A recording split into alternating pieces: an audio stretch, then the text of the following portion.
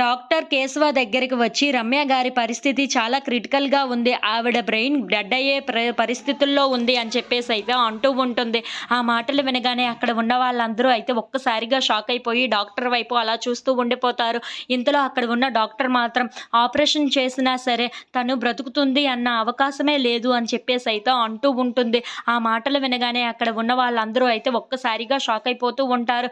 ఇంతలో అక్కడి నుండి డాక్టర్ అయితే వెళ్ళిపోతూ ఉంటుంది. అది చూడగానే అక్కడ ఉన్న కేశవ రమ్యని చూసి చాలా బాధపడుతూ ఉంటాడు. ఇప్పుడు ఏం చేసి నిన్ను బ్రతికించుకోవాలి రమ్య అని చెప్పేసి అయితే అక్కడే రమ్య దగ్గర కూర్చొని చాలా బాధపడుతూ ఉంటాడు. ఇంతలో అక్కడ ఉన్న మల్లిక మాత్రం రాముడు సీత దగ్గరికి వెళ్ళి, రామయ్య, సీతమ్మ, మా అమ్మని కాపాడండి, మా అమ్మని ఎలాగైనా బ్రతికించండి అని చెప్పేసి అయితే దేవుణ్ణి ప్రార్థిస్తూ ఉంటుంది. మా అమ్మని మీరే ఎలాగైనా సరే బ్రతికించాలి, దానికోసం నేను ఏది చేయడానికైనా రెడీగా ఉంటాను అని చెప్పేసి అయితే అంటూ ఉంటుంది.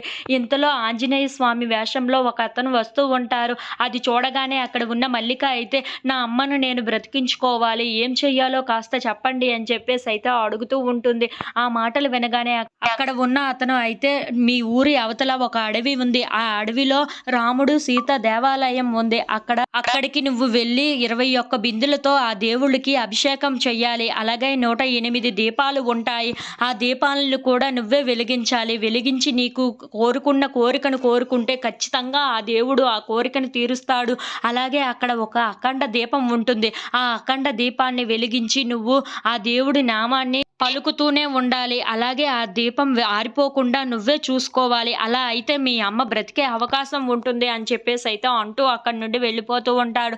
ఆ మాటలు వినగానే అక్కడ ఉన్న మల్లిక మాత్రం మా అమ్మని నేను ఎలాగైనా బ్రతికించుకోవాలి అని చెప్పి ఆ అడవిలోకి వెళ్తూ ఉంటుంది. ఇంతలో తన కాలికి ముళ్ళు అయితే గుచ్చుకుంటూ ఉంటుంది. అది తగలగానే అక్కడ ఉన్న మల్లిక అయితే చాలా బాధపడుతూ అమ్మా అని చెప్పేసి అయితే గట్టిగా